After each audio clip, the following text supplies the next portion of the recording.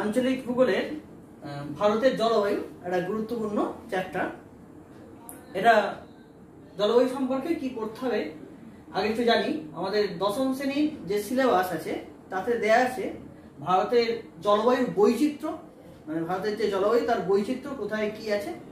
আর করতে হবে ভারতের জলবায়ু নিয়ন্ত্রকগুলো কি কি, আর হচ্ছে ঋতু পরিবর্তন, ভারতের জলবায়ুর ঋতু পরিবর্তন এবং মৌসুমী জলবায়ুর যে প্রভাব ভারতের কৃষির ওপর, ভারতের মৃত্তিকার ওপর মৌসুমী জলবায়ুর প্রভাব। এই হচ্ছে আমার দশম শ্রেণীর পড়ার অংশ। তাহলে প্রথমে চলে যাই ভারতের জলবায়ুর বৈচিত্র্য। আচ্ছা, ভারতের জলবায়ু হচ্ছে ক্রান্তীয় মৌসুমী জলবায়ু। ভারতের জলবায়ু ক্রান্তীয় মৌসুমী জলবায়ু। সেই জলবায়ুর কি বৈচিত্র্যটা দেখে নিই।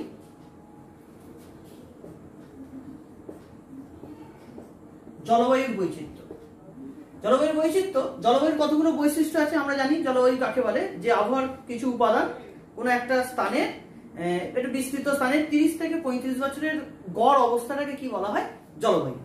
অতএব জলবায়ুর প্রধান তিনটে যে উপাদান, সেই তিনটি উপাদানের বৈচিত্র্য আমরা প্রথমে জেনে নিই। প্রথম হচ্ছে উষ্ণতা। ভারতবর্ষ তার অবস্থান ক্রান্তীয় অঞ্চলে অবস্থিত। সেই ক্রান্তীয় অঞ্চলে অবস্থিত হলেও ভারতবর্ষের সমস্ত জায়গার উষ্ণতা সমান নয়। তার উষ্ণতার পার্থক্য আছে, কোথাও বেশি, একটা নির্দিষ্ট সময়ে সব জায়গার উষ্ণতা সমান নয়, কোথাও কখনো কমে যাচ্ছে, কোনো জায়গায় বেশি থাকছে।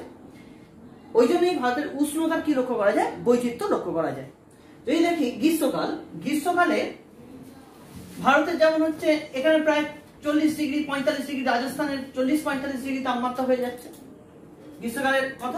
40 থেকে 45 ডিগ্রি সেন্টিগ্রেড রাজস্থান। আবার হিমালয় পার্বত্য অঞ্চলে 17 ডিগ্রি 12 থেকে 15 ডিগ্রি সেন্টিগ্রেড উষ্ণতা। আবার একদম দক্ষিণ ভারতে এখানে হচ্ছে নীলগিরি পাহাড় আছে, এই জায়গার উষ্ণতা আবার এই হচ্ছে এই 15 ডিগ্রি সেন্টিগ্রেডের মতো হয়ে যাচ্ছে। তাহলে গ্রীষ্মকালে কোনো উষ্ণতা বেশি, আবার কোথাও উষ্ণতা কম। তাহলে বোঝা গেছে এটা হলো হচ্ছে উষ্ণতার গ্রীষ্মকালীন বৈচিত্র্য। আর শীতকালে যদি দেখি, শীতকালে যদি আমার একদম উত্তরের পার্বত্য অঞ্চলের উষ্ণতা পুরো হিমাঙ্কের নিচে, একদম মাইনাস চলে যাচ্ছে উত্তরের পার্বত্য অঞ্চলে। আবার ঠিক উপকূলবর্তী অঞ্চলের উষ্ণতা বেশি, 20 ডিগ্রি 22 ডিগ্রি উষ্ণতা লক্ষ্য করা যাচ্ছে। বোঝা গেছে? এটা হলো ভারতের উষ্ণতার বৈচিত্র্য।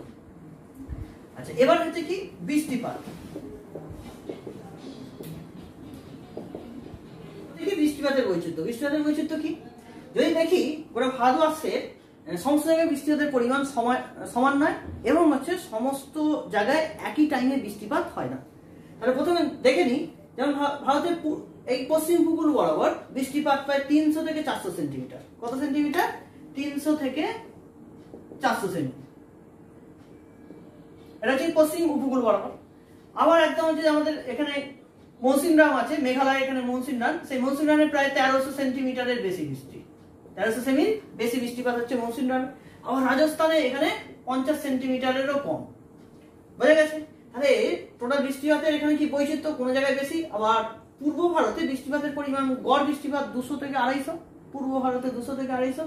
যত পশ্চিম দিকে আসবো, পশ্চিম ভারতের দিকে আসবো, বৃষ্টিপাতের পরিমাণ তত কমতে থাকে। তাহলে বোঝা গেছে? তাহলে বৃষ্টিপাতটাও সব জায়গায় সমান নয়। একদিকে যেমন কম বৃষ্টিপাত 50 সেমির কম রাজস্থান, আবার ঠিক একই রকম ভাবে একদম হচ্ছে কোথায় মৌসিনরাম চেরাপুঞ্জিতে ভারতের এবং পৃথিবীর সর্বোচ্চ বৃষ্টিপাতটা হচ্ছে। বোঝা গেল? এবার চলে যাই সময়।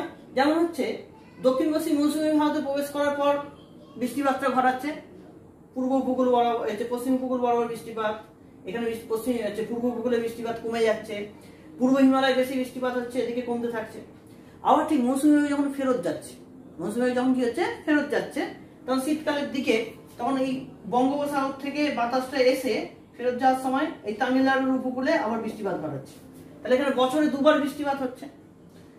শীতকালে পশ্চিমী ঝঞ্ঝা, শীতকালে কি পশ্চিমী ঝঞ্ঝা পড়বো আমরা পরে। পশ্চিমী ঝঞ্ঝা হচ্ছে এদিক থেকে একটা জেট বায়ুর প্রভাব এবং পশ্চিম বায়ুর প্রভাবে জলীয়বাষ্পপূর্ণ বায়ু শীতকালে ভারতবর্ষে প্রবেশ করে ভারতবর্ষে 3-4 দিন নিম্নচাপ সৃষ্টির মাধ্যমে বৃষ্টিপাত ঘটায় ঝিরঝির করে। তার ফলে তাহলে শীতকালে বৃষ্টিপাত হচ্ছে। আবার ঠিক বর্ষা শুরুর আগে গ্রীষ্মকালে কালবৈশাখী ঝড়ের মাধ্যমে এখানে কি ঘটে? বৃষ্টিপাত ঘটে থাকে। তাহলে বোঝা গেছে এটা হলো আমার বৃষ্টিপাতের বৈচিত্র্য। বায়ু প্রবাহ।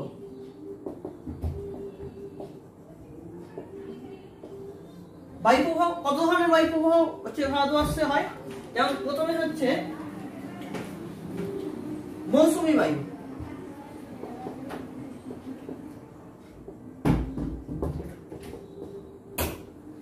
ভারতবর্ষে গ্রীষ্মকাল, গ্রীষ্মের শেষে যখন জুন মাসে দক্ষিণ পশ্চিম মৌসুমী বায়ু ভারতবর্ষে প্রবেশ করে, দক্ষিণ পশ্চিম মৌসুমী বায়ু ভারতবর্ষে প্রবেশ করছে। তারপরে ভারতবর্ষের উষ্ণতা কি হয়, হ্রাস পায় এবং হচ্ছে কি বৃষ্টিপাত ঘটাচ্ছে। আবার ঠিক উত্তর পূর্ব মৌসুমী বায়ু শীতকালে উত্তর দিক থেকে, উত্তর পূর্ব দিক থেকে আবার স্থলভাগের উপর দিয়ে শুষ্ক বাতাস কি হয়, প্রবাহিত হয়। তাহলে গ্রীষ্মকালে আর্দ্র মৌসুমী বায়ু প্রবাহিত হচ্ছে দক্ষিণ পশ্চিম দিক থেকে, শীতকালে শুষ্ক মৌসুমী বায়ু প্রবাহিত। তার মানে কি একটা বৈচিত্র্য লক্ষ্য করা যাচ্ছে বায়ু প্রবাহের মধ্যে। আর কি গ্রীষ্মকালে এই উত্তরপ্রদেশ, পাঞ্জাব, হরিয়ানার উপর দিয়ে লু প্রবাহিত হচ্ছে। কি প্রবাহিত হচ্ছে? লু, একটা গরম বাতাস এখান দিয়ে প্রবাহিত হচ্ছে।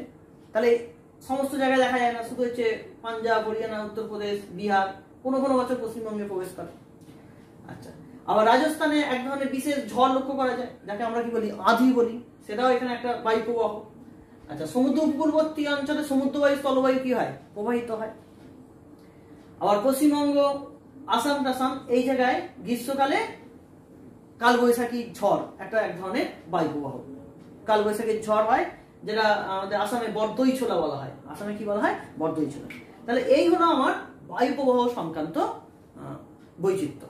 বৈচিত্র্য মানে কি? তাহলে একরকম গোটা দেশটার মধ্যে বায়ু প্রবাহিত হচ্ছে না, সারা বছর বিভিন্ন ধরনের বায়ু প্রবাহ হচ্ছে, বিভিন্ন নামে পরিচিত। তার মানে কি বায়ু প্রবাহের বৈচিত্র্য। ঠিক বৃষ্টিপাত তো তাই, গোটা দেশে সব জায়গায় একই রকম বৃষ্টিপাত নয়, কোথাও কোনো জায়গায় বৃষ্টিপাত কম, কোনো জায়গায় বেশি। এবং হচ্ছে বৃষ্টিপাতের সময়টাও সব জায়গায় একই সময় বৃষ্টিপাত হয় না। এখানে কখনো শীতকালে বৃষ্টিপাত হচ্ছে, তাহলে এটা বৃষ্টিপাতের একটা বৈচিত্র্য লক্ষ্য করা যাচ্ছে। আবার উষ্ণতার বৈচিত্র্য তো বললাম। এই হলো আমার ভারতের জলবায়ুর বৈচিত্র্য। এবার এই যে জলবায়ুটা কেন হলো, এই যে বৈচিত্র্য কেন হলো, সেই বৈচিত্র্যটা জানার জন্য জলবায়ু কি করতে হবে, নিয়ন্ত্রণ। মানে কি কি কারণে ভারতে এই ধরনের জলবায়ু বৈশিষ্ট্যগুলো কি করা যায়, লক্ষ্য করা যায়। চলে যাই এরপর।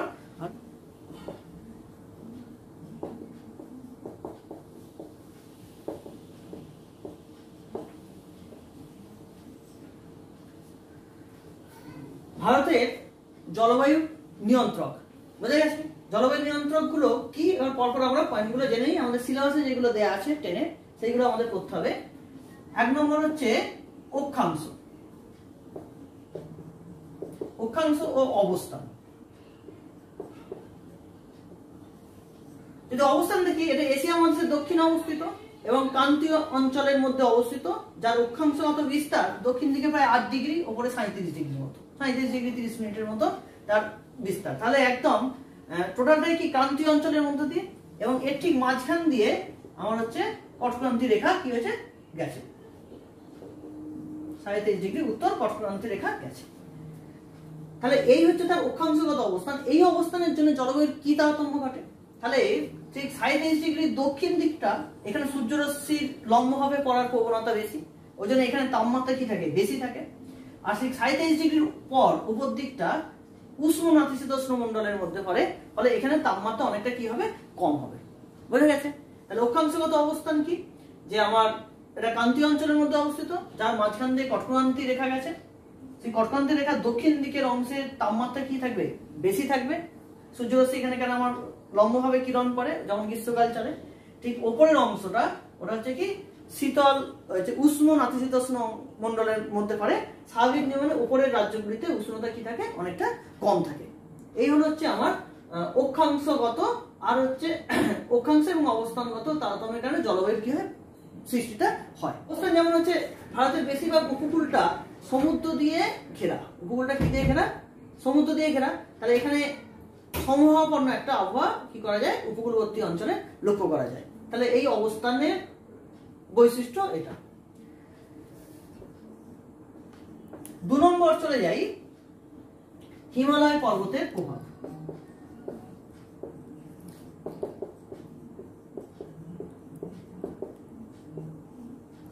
এটা খুব গুরুত্বপূর্ণ। ভারতের জলবায়ুর উপর হিমালয় পর্বতের প্রভাব খুব গুরুত্বপূর্ণ। আমাদের ভারতের উত্তরে যে জম্মু কাশ্মীর, হিমাচল প্রদেশ, উত্তরাখণ্ড, সিকিম, আমাদের পশ্চিমবঙ্গের কিছু অংশ, আসাম, অরুণাচল প্রদেশ, একদম উত্তর অংশ বরাবর হিমালয় পর্বত অবস্থিত। এই হিমালয় পর্বত ভারতে কিভাবে জলবায়ুকে নিয়ন্ত্রণ করে? 1 নম্বর যদি বলি শীতল জলবায়ু। শীতল জলবায়ু, তাহলে ভারতের মধ্যে শীতল জলবায়ু অঞ্চল লক্ষ্য করা যায়, মানে উষ্ণতা, তুষারপাত হয়, উষ্ণতা হিমাঙ্কের নিচে নেমে যায়, গ্রীষ্মকালে উষ্ণতা 17-18 ডিগ্রি সেন্টিগ্রেড, শীতকালে হিমাঙ্কের নিচে নেমে যায়। এইরকম একটা ক্রান্তীয় অঞ্চলে ভারত অবস্থিত হলেও একটা শীতল জলবায়ু লক্ষ্য করা যায় হিমালয় পর্বত থাকার জন্য ভারতের উত্তর অংশে। তাহলে 1 নম্বর প্রভাব বোঝা গেল, শীতল জলবায়ু। 2 নম্বর প্রভাব হচ্ছে কি বৃষ্টিপাত ঘটায়। কি ঘটায়? বৃষ্টিপাত। যে দক্ষিণ পশ্চিম মৌসুমী বায়ু, দক্ষিণ পশ্চিম মৌসুমী বায়ু,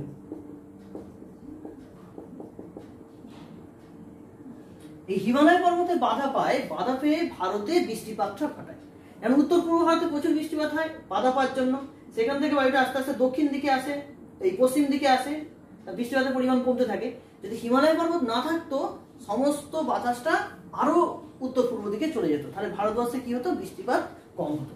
তাহলে বোঝা গেছে বৃষ্টিপাত ঘটাতে সাহায্য। কি ধরনের বৃষ্টিপাত ঘটায়? এখানে শৈলক্ষের বৃষ্টিপাত ঘটায়। বাতাস দক্ষিণ পশ্চিম মৌসুমী জলীয়বাষ্পপূর্ণ বায়ু হিমালয় পর্বতে বাধা পায়, বাধা পেয়ে এখানে শৈলক্ষে বৃষ্টিপাত ঘটাতে সাহায্য করছে। বোঝা গেছে?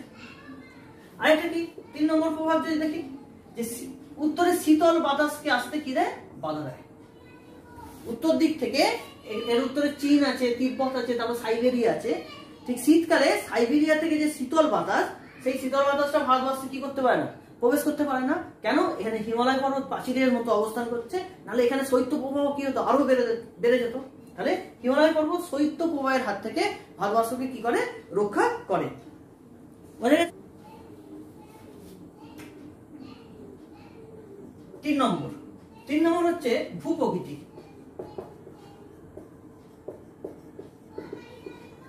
ভূপ্রকৃতি বলতে উচ্চতা, হচ্ছে পর্বত, মালভূমি, সমভূমি। তার মধ্যে বেশিরভাগ ক্ষেত্রে মালভূমি এবং পর্বতের প্রভাবটা ভারতের জলবায়ুর উপর বেশি লক্ষ্য করা যায়। কারণ যত উচ্চতা বৃদ্ধি পায় উষ্ণতা তত কি হয়? হ্রাস পায়। উচ্চতা বৃদ্ধির সঙ্গে সঙ্গে উষ্ণতা হ্রাস পায়, আর সেই জন্য শীতল জলবায়ু সৃষ্টি করতে ভূপ্রকৃতি সাহায্য করছে। যেমন দক্ষিণ ভারতে আমাদের উটি যদি চলে যায়, এখানে হচ্ছে নীলগিরি পাহাড়, বা এই অংশে তাপমাত্রা অনেকটা কম। ব্যাঙ্গালোর মালভূমি অঞ্চল, ব্যাঙ্গালোর হচ্ছে কি মালভূমি অঞ্চল, এখানে সারা বছর এখানে বসন্তকাল অবস্থান করে। এখানে ক্রান্তীয় অঞ্চলের মধ্যে অবস্থিত হলেও এখানে কি শীতল আবহাওয়া লক্ষ্য করা যায় সারা বছর। আবার এখানে গারোখাসি, জয়ন্তিয়া পাহাড়, মেঘালয় মালভূমি থাকার জন্য দক্ষিণ পশ্চিম মৌসুমী বায়ু বাধা পেয়ে প্রচুর বৃষ্টিপাত ঘটায়। বোঝা গেছে? এই যে আরাবল্লী পর্বত এখানে অবস্থান করার জন্য সে বায়ু প্রবাহে বাধা দিতে পারে না, সেজন্য থর মরুভূমি সৃষ্টি হয়েছে।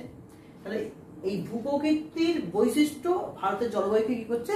নিয়ন্ত্রণ করছে। যেমন দক্ষিণ পশ্চিম, এখানে পশ্চিমঘাট পর্বত থাকার জন্য দক্ষিণ পশ্চিম মৌসুমী বায়ু বাধা পেয়ে এই পশ্চিম উপকূলে প্রচুর বৃষ্টিপাত ঘটায়।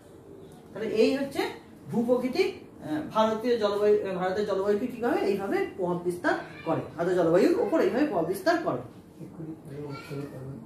এবার 4 নম্বর চলে যাই, সমুদ্র থেকে দূরত্ব।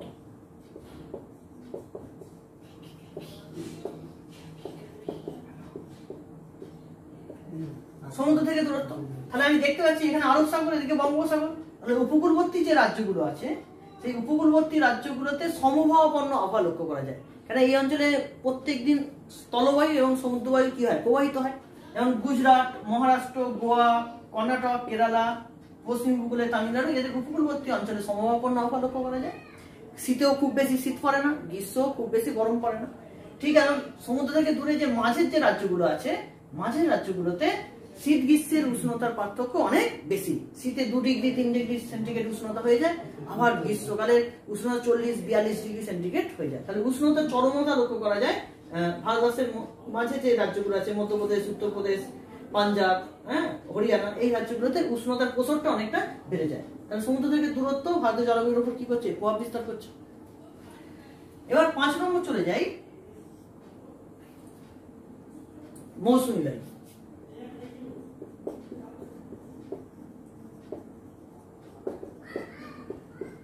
কি বায়ু? মৌসুমী বায়ু। 2 ধরনের মৌসুমী আছে, একটা হচ্ছে শীতকালীন মৌসুমী, এই গ্রীষ্মকালীন মৌসুমী দক্ষিণ পশ্চিম,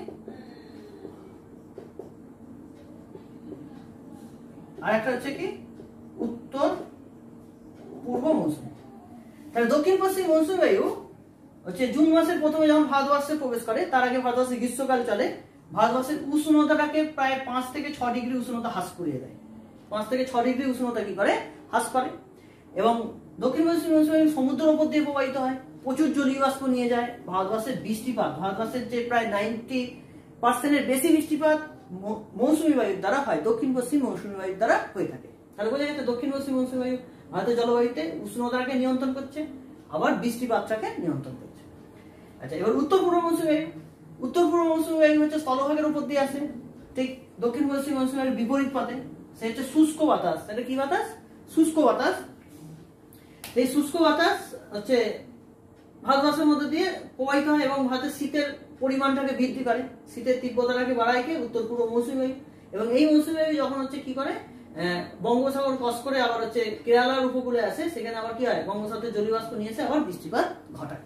তাহলে এই হলো মৌসুমী বায়ুর প্রভাব ভারতের জলবায়ুর উপর। এবার চলে যাই, একটু জানি আমরা জেট বায়ু। জেট বায়ু কি? যে ঊর্ধ্ব ট্রপোস্ফিয়ারে সর্পিল গতিতে একটা প্রচন্ড গতিবেগ সম্পন্ন বায়ু, বেশিরভাগটা পশ্চিম থেকে পূর্ব দিকে যায়, যাকে আমরা কি বলি? জেট বায়ু বলে থাকি। বোঝা গেছে? তাহলে ঊর্ধ্ব ট্রপোস্ফিয়ারে তরঙ্গের আকারে প্রচন্ড গতিতে একটা বায়ু প্রবাহিত হয়, যেটাকে জেট বায়ু বলে। বিভিন্ন ধরনের জেট বায়ু আছে, ক্রান্তীয় পশ্চিমী জেট আছে, হ্যাঁ, তারপর হচ্ছে মেরু জেট বায়ু আছে, আবার পূর্বালি জেট বায়ু আছে। এই জেট বায়ু মৌসুমী জলবায়ুর উপর বিশেষভাবে কি করে? প্রভাব বিস্তার করে। কিভাবে প্রভাব বিস্তার করে আমরা একটু দেখে নিই। ফার্স্ট হচ্ছে, এটা যদি ভারতবর্ষ হয়,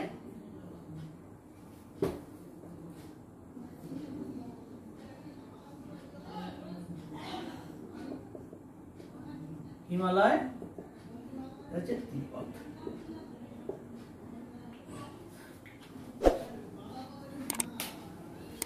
প্রভাব কিভাবে হয় দেখি। প্রথমে হচ্ছে শীতকাল। শীতকালে চাপ বলয়গুলো দক্ষিণ দিকে সরে আসে। চাপ বলয়গুলো দক্ষিণে সরে আসার ফলে ক্রান্তীয় জেট বায়ু হিমালয় পর্বতে বাধা পেয়ে দুটো ভাগে ভাগ হয়। একটা উত্তর দিক দিয়ে যায় উত্তরের শাখা, দক্ষিণ দিক দিয়ে যায় দক্ষিণের শাখা। ঠিক দক্ষিণ শাখা এখান দিয়ে হচ্ছে হিমালয়ের দক্ষিণ দিক দিয়ে প্রবাহিত হয় শীতকালে। এখানে কি সৃষ্টি হয়? উচ্চচাপ সৃষ্টি হয় এবং এখানে ঠান্ডা থাকে শীতকালে। ফলে এখান থেকে কোনো বাতাস ভারতবর্ষে কি করতে পারে না? প্রবেশ করতে পারে না।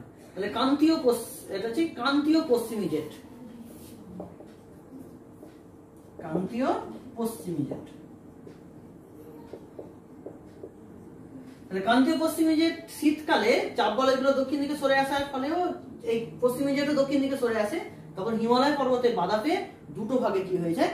ভাগ হয়। একটা উত্তর দিক দিয়ে প্রবাহিত হয়, একটা দক্ষিণ দিক দিয়ে। ঠিক হিমালয়ের দক্ষিণ দিক দিয়ে জেট বায়ু, এই অঞ্চলের মধ্যে জেট বায়ু প্রবাহিত হওয়ার জন্য শীতকালে এখানে আমাদের পশ্চিমী ঝঞ্ঝা হয়, বৃষ্টিপাত ঘটে এবং এখানে উচ্চচাপ অবস্থান করে।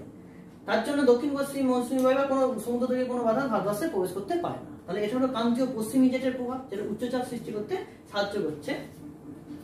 এবার চলে যাই, ঠিক যখন গ্রীষ্মকাল আসে, শীতকালের পর কি গ্রীষ্মকাল,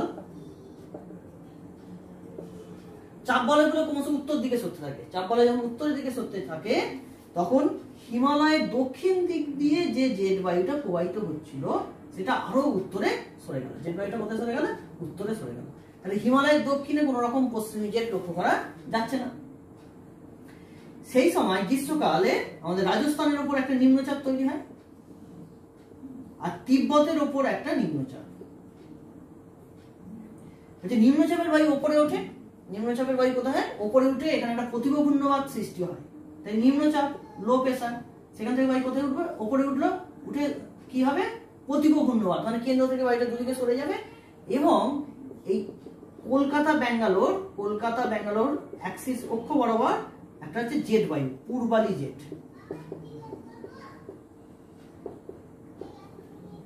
পূর্বালি জেট বায়ু সেটা এসে আমাদের হচ্ছে ভারত মহাসাগরে নেমে আসে।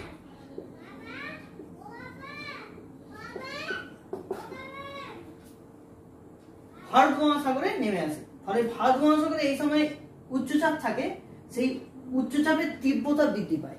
ভারত মহাসাগরে উচ্চচাপের তীব্রতা কি হয়? আরো বেড়ে যায়। ফলে তীব্রতা বেড়ে যাওয়ার জন্য এখানে নিম্নচাপ উচ্চচাপের মধ্যে একটা কি হয়, চাপের তারতম্যটা অনেকটা বেড়ে যায়, দক্ষিণ পশ্চিম মৌসুমী ভারতবর্ষের বেশি করে কি করে প্রবেশ করে। তাহলে পূর্বালি জেট কি করছে, তিব্বত থেকে সৃষ্টি হয়ে ভারত মহাসাগরে এসে ভারত মহাসাগরের উচ্চচাপকে বৃদ্ধি করছে। ফলে ভারতের স্থলভাগে নিম্নচাপ আর ভারত মহাসাগরের উচ্চচাপের মধ্যে চাপের পার্থক্য বেড়ে যাচ্ছে, বেড়ে যাওয়ার ফলে দক্ষিণ পশ্চিম মৌসুমী বায়ু বেশি করে ভারতবর্ষে প্রবেশ করে। তাহলে এই হলো জেট বায়ুর প্রভাব ভারতের জলবায়ুর উপর। বোঝা গেছে? এটা গুরুত্বপূর্ণ যে জেট বায়ুর প্রভাব ভারতের জলবায়ুর উপর। এরপর চলে যাই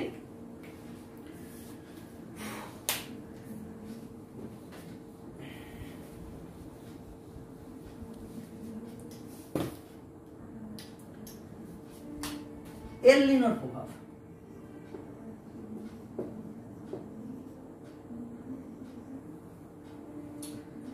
এল নিনোর প্রভাবটা কি?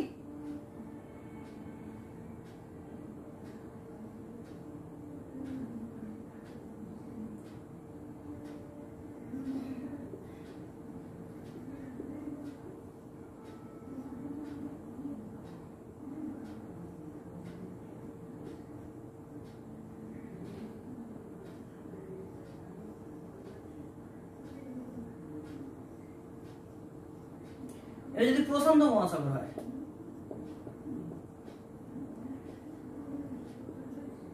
প্রশান্ত মহাসাগর আগে জেনে নিই এল নিনো কি। এল নিনো হচ্ছে 6 থেকে 7 বছর অন্তর, 6 থেকে 7 বছর অন্তর ডিসেম্বর মাসে প্রশান্ত মহাসাগরের পশ্চিম থেকে পূর্ব দিকে, প্রশান্ত মহাসাগরের পশ্চিম থেকে পূর্ব দিকে ডিসেম্বর মাসে একটা উষ্ণ স্রোত প্রবাহিত হয়। ডিসেম্বর মাসে একটা কি হয়, উষ্ণ স্রোত প্রবাহিত হয়, যে স্রোতটাকে কি বলা হয়, এল নিনো। তাহলে 6-7 বছর বা 4 থেকে 7 বছর অন্তর প্রশান্ত মহাসাগরের নিরক্ষীয় অঞ্চল বরাবর, ক্রান্তীয় অঞ্চল বরাবর প্রশান্ত মহাসাগরের পূর্ব দিক থেকে এই পশ্চিম দিক থেকে পূর্ব দিকে একটা হচ্ছে উষ্ণ স্রোত প্রবাহিত হয়, যে উষ্ণ স্রোতটাকে কি বলা হয়, এল নিনো। বোঝা যাচ্ছে এল নিনো কি? সেই এল নিনো হলে ভারতের মৌসুমী জলবায়ুর উপর কি প্রভাব পড়ে জানতে হবে। একটু জেনে নিই। এল নিনো যখন হয় তখন এই আমাদের আমেরিকা, দক্ষিণ আমেরিকার পেরু আর চিলির উপকূলে প্রচুর বৃষ্টিপাত হয়, গরম জল যার জন্য বাতাসে জলীয় বাষ্প থাকে, বন্যা হয়ে যায়, মাছের পরিমাণটা হ্রাস পায় উষ্ণ জলের জন্য, এইসব এফেক্ট পড়ে। ঠিক যে বছর এল নিনো হয় তখন এখানে নিম্নচাপ অবস্থান করে, এই প্রশান্ত মহাসাগরের আমাদের হচ্ছে পূর্ব দিকে নিম্নচাপ অবস্থান করে।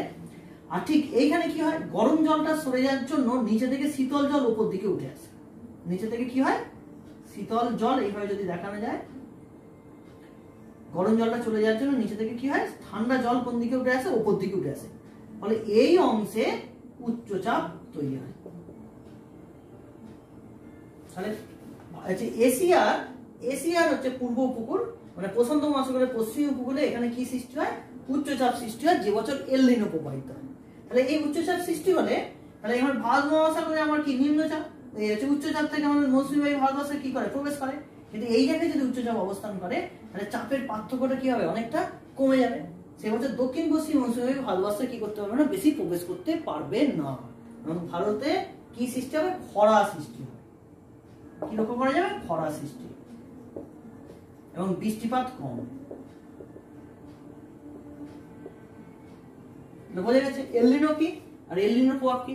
ঠিক যে বছর এখানে খরা বা বৃষ্টিপাত হয় সে বছর ঠিক প্রশান্ত মহাসাগরের পশ্চিমে, মানে পেরু চিলির উপকূলে পূর্ব দিকে, প্রশান্ত মহাসাগরের পূর্বে পেরু চিলির উপকূলে প্রচুর বৃষ্টিপাত হয়।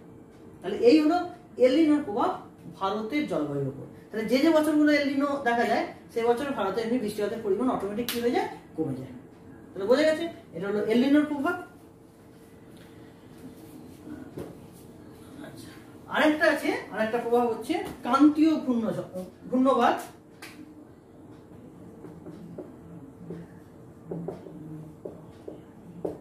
ক্রান্তীয় ঘূর্ণবাত ও হচ্ছে পশ্চিমী ঝঞ্ঝা।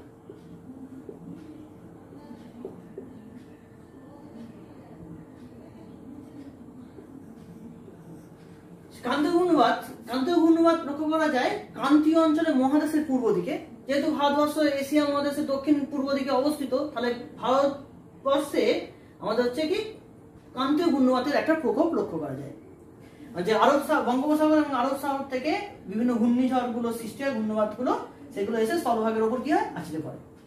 কি হয় জলবায়ুর উপর কি এফেক্ট পড়ে, যখনই হচ্ছে ক্রান্তীয় ঘূর্ণিবাদগুলো আমাদের ভারতবর্ষের উপর উপকূলের রাজ্যগুলোতে আছড়ে পড়ে, সঙ্গে সঙ্গে সেই অঞ্চলের তাপমাত্রা 10 ডিগ্রি থেকে 12 ডিগ্রি কি হয় হ্রাস পায়, প্রচুর বৃষ্টিপাত ঘটায় এবং সামুদ্রিক জলোচ্ছ্বাস ঘটে। এটা হলো ক্রান্তীয় ঘূর্ণিবাদের প্রভাব। বোঝা গেছে উপকূলবর্তী রাজ্যগুলোতে বছরে একটা কি দুটো, 10 বছর ছাড়া একটা মাঝারি আকারের ঝড় হয়, আবার অনেক দিন ছাড়া ছাড়া বড় আকারের ঝড় প্রত্যেকটা রাজ্যেই প্রায় হয়ে থাকে। এই ঝড়গুলো এফেক্ট জলবায়ুর উপর পড়ে। আর হচ্ছে পশ্চিমী ঝঞ্ঝা, ভারতবর্ষে হচ্ছে ভারতবর্ষের পশ্চিম দিক থেকে শীতকালে এটা হচ্ছে কি জলীয়বাষ্পপূর্ণ বাতাস ভারতবর্ষে প্রবেশ করে এবং নিম্নচাপ সৃষ্টির মাধ্যমে 2 থেকে 3-4 দিন টানা ঝিরঝিরে বৃষ্টিপাত, মানে মেঘলা আকাশ ঝিরঝিরে বৃষ্টিপাত ঘটায় এবং এই বৃষ্টিপাত ঘটাতে সাহায্য করছে কি এই পশ্চিমী ঝঞ্ঝা, ওয়েস্টার্লি ডিস্টারবেন্স। এই হলো ভারতের জলবায়ু নিয়ন্ত্রণ। বুঝে গেছে? এবার আরেকটা গুরুত্বপূর্ণ প্রশ্ন যে মৌসুমী বায়ু ও ঋতু বৈচিত্র্য। ভারতের ঋতু বৈচিত্র্য হচ্ছে মেন 4টি ঋতু ভারতবর্ষে লক্ষ্য করা যায়, গ্রীষ্মকাল, বর্ষাকাল, শরৎকাল ও শীতকাল। কি পড়তে হবে, গ্রীষ্মকাল কখন দেখা যায়, কখন আসে, সেখানে বৃষ্টিপাত কেমন হয়, বায়ু প্রবাহ কেমন হয়, উষ্ণতা কেমন থাকে আর কেন হয়। প্রথমে চলে যাই গ্রীষ্মকাল। আমাদের মার্চ মাসের মাঝামাঝি সময় থেকে জুন মাসের মাঝামাঝি সময় পর্যন্ত ভারতবর্ষে গ্রীষ্মকাল। বোঝা গেছে? মার্চ মাসের মাঝামাঝি থেকে জুন মাসের মাঝামাঝি সময় পর্যন্ত হচ্ছে ভারতবর্ষে গ্রীষ্মকাল। এই গ্রীষ্মকালে উষ্ণতা জেনে নেই। গ্রীষ্মকালে কি জানবো, উষ্ণতা। তাহলে উষ্ণতা কি কি জানতে হবে, বৃষ্টিপাত আর বায়ু প্রবাহ। গ্রীষ্মকালে উষ্ণতা প্রায় হচ্ছে রাজস্থানের কাছে প্রচন্ড উষ্ণতা বেশি হয়ে যায়, প্রায় 40-45 ডিগ্রির উপর উষ্ণতা চলে যায়। এখানে কত 45 ডিগ্রি সেন্টিগ্রেড উষ্ণতা, এখানে হচ্ছে কত 10 ডিগ্রি সেন্টিগ্রেড উষ্ণতা। আমাদের এখানেও প্রায় 40 ডিগ্রি সেন্টিগ্রেড, ভারতবর্ষের মাঝখানে 40 ডিগ্রি সেন্টিগ্রেড উষ্ণতা। উপকূলবর্তী অঞ্চলে কিছুটা কম, 30 থেকে 35 ডিগ্রি সেন্টিগ্রেড উষ্ণতা কোথায়, উপকূলবর্তী অঞ্চলে সমভাবাপন্ন অবস্থা। বোঝা গেছে? এই হলো ভারতবর্ষে উষ্ণতা গ্রীষ্মকালে। বৃষ্টিপাত কি হয় ভারতবর্ষে, সেইভাবে গ্রীষ্মকালে হচ্ছে আমাদের পশ্চিমবঙ্গ, হচ্ছে বিহার, উড়িষ্যা আর হচ্ছে আসাম, এই অংশে বিকালের দিকে কালবৈশাখী হচ্ছে কি ঝড় হয়, তার সঙ্গে কিউমুলো নিম্বাস সৃষ্টি হয়ে প্রচুর বৃষ্টিপাত ঘটে। বোঝা গেছে? একসঙ্গে কিছু সময়ের জন্য বিকালের দিকে প্রচুর বৃষ্টিপাত হয়, ওটা একটা। আর এদিকে হচ্ছে কেরালা কর্ণাটকের উপকূলে সমুদ্র থেকে বাতাস গিয়ে এই পর্বতে বাধা পেয়ে এক ধরনের বৃষ্টিপাত হয় গ্রীষ্মকালে, যাকে আমরা বলি চেরি ব্লুজুম, আম্র বৃষ্টি। কি বৃষ্টি? আম্র বৃষ্টি। এটাকে কি বলা হয়, চেরি ব্লুজুম। বোঝা গেছে? তাহলে বৃষ্টিপাত কোথায় হচ্ছে, একটা হচ্ছে কেরালা কর্ণাটকের উপকূলে, হচ্ছে বৃষ্টিপাত হয় পশ্চিমঘাট পর্বতে বাধা পেয়ে, যাকে আমরা বলি আম্র বৃষ্টি। আর এদিকে কালবৈশাখী বৃষ্টি হয়, এটা হলো বৃষ্টিপাত। বায়ু প্রবাহ, এই সময় ওই কিছু ঝড় লক্ষ্য করা যায়, ওই কালবৈশাখী ঝড়টা লক্ষ্য করা যাচ্ছে এবং এই রাজস্থান, আমাদের হচ্ছে হরিয়ানা, পাঞ্জাব, উত্তরপ্রদেশের উপর দিয়ে একটা উষ্ণ বায়ু লু প্রবাহিত হয় এবং ভারতের ওপর নিম্নচাপ সৃষ্টি হতে শুরু করে। স্থলভাগের উপর সূর্য লম্বভাবে কিরণ দেয়, সেই সময় এখানে কি হয়, স্থলভাগের উপর নিম্নচাপ তৈরি হয়। এইগুলো আমাদের ভারতবর্ষের গ্রীষ্মকাল। এবার চলে যাই বর্ষাকাল। বর্ষাকাল কি হবে, বর্ষাকালের উষ্ণতা যে দক্ষিণ পশ্চিম মৌসুমী বায়ু জুন মাসের প্রথমে প্রবেশ করার পর ভারতবর্ষের উষ্ণতা 4 থেকে 5 ডিগ্রি সেন্টিগ্রেড কি হয় হ্রাস পায়। 4-5 ডিগ্রি সেন্টিগ্রেড উষ্ণতা হ্রাস পেয়ে যায়। এই দক্ষিণ পশ্চিম মৌসুমী বর্ষাকালে দক্ষিণ পশ্চিম মৌসুমী বায়ু যখন প্রথম কেরালা ও কর্ণাটকের উপকূলে জুন মাসের প্রথম সপ্তাহে প্রবেশ করে যে বৃষ্টিপাত ঘটায়, তাকে বলা হয় মৌসুমী বিস্ফোরণ, ব্রাস্ট অফ মনসুন, মৌসুমী বিস্ফোরণ। তাহলে মৌসুমী বিস্ফোরণ কি, দক্ষিণ পশ্চিম মৌসুমী বায়ু জুন মাসের প্রথম সপ্তাহে ভারতবর্ষে কেরালা কর্ণাটকের উপকূলে প্রথম যে বৃষ্টিপাতটা ঘটাচ্ছে, নিম্নচাপ সৃষ্টির মাধ্যমে প্রথম যে বৃষ্টিপাত ঘটাচ্ছে, সেই বৃষ্টিপাতটাকে আমরা কি বলি, ব্রাস্ট অফ মনসুন বা মৌসুমী বিস্ফোরণ। বোঝা গেছে? এবার বর্ষাকালে কি হয়, বায়ু প্রবাহ হচ্ছে দক্ষিণ পশ্চিম মৌসুমী বায়ুর দুটো শাখা, একটা হচ্ছে আরব সাগরীয় শাখা, একটা বঙ্গোপসাগরীয় শাখা। আরব সাগরীয় শাখা আমাদের পশ্চিম উপকূলে পশ্চিমঘাট পর্বতের পশ্চিম দিকে প্রচুর বৃষ্টিপাত ঘটায়, ঠিক পূর্বঘাট পার্বত্য অঞ্চলে এখানে বৃষ্টিচ্ছা অঞ্চল সৃষ্টি হয়। ঠিক একই রকম ভাবে মেঘালয় বঙ্গোপসাগরীয় শাখা মেঘালয়ে প্রচুর বৃষ্টিপাত ঘটায়, 1300 সেন্টিমিটারের বেশি বৃষ্টিপাত ঘটায়। তার পেছনে শিলং বৃষ্টির ছায়া অঞ্চল, শিলং হচ্ছে কি বৃষ্টির ছায়া অঞ্চল, বোঝা গেছে? তো বৃষ্টিপাত ঘটানোর পর এই বায়ুটা আস্তে আস্তে উত্তর পূর্ব ভারত থেকে ক্রমশ পশ্চিম দিকে আসতে থাকে, পশ্চিম দিকে বৃষ্টিপাতের পরিমাণ কি হতে থাকে, ক্রমশ কমতে থাকে, বোঝা গেছে? এই হলো হচ্ছে বর্ষাকাল। এবার চলে যাই শরৎকাল। যখন শরৎকাল আসবে, দক্ষিণ পশ্চিম মৌসুমী বায়ু হচ্ছে কি ফিরে যাওয়ার টাইম। দক্ষিণ পশ্চিম মৌসুমী বায়ু কখন?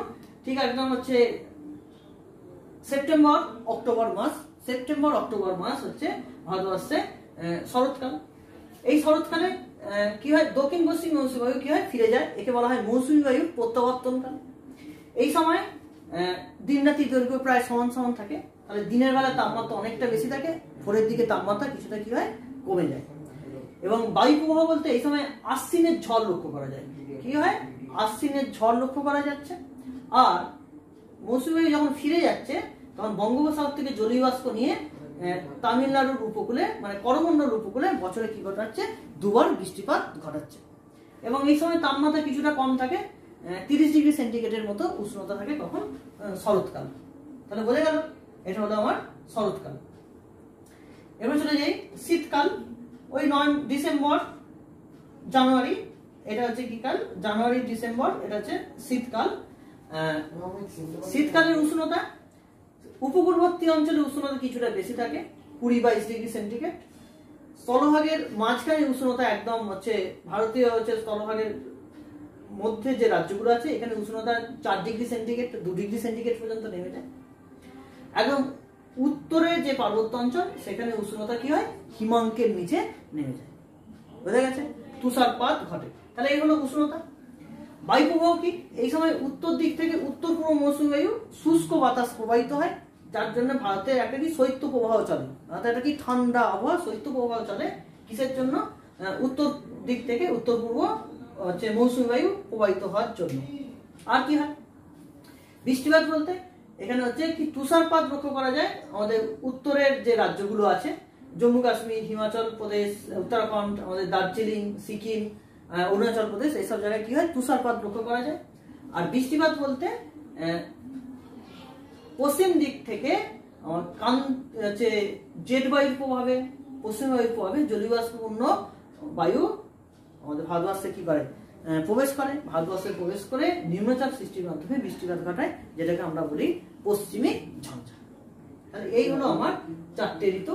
4টে ঋতুতে উষ্ণতা কেমন থাকে, বৃষ্টিপাত কেমন হয়, আর বায়ু প্রবাহ কেমন হয়, সেটা লিখলেই পয়েন্ট করে লিখলেই উত্তরটা হয়ে যাবে।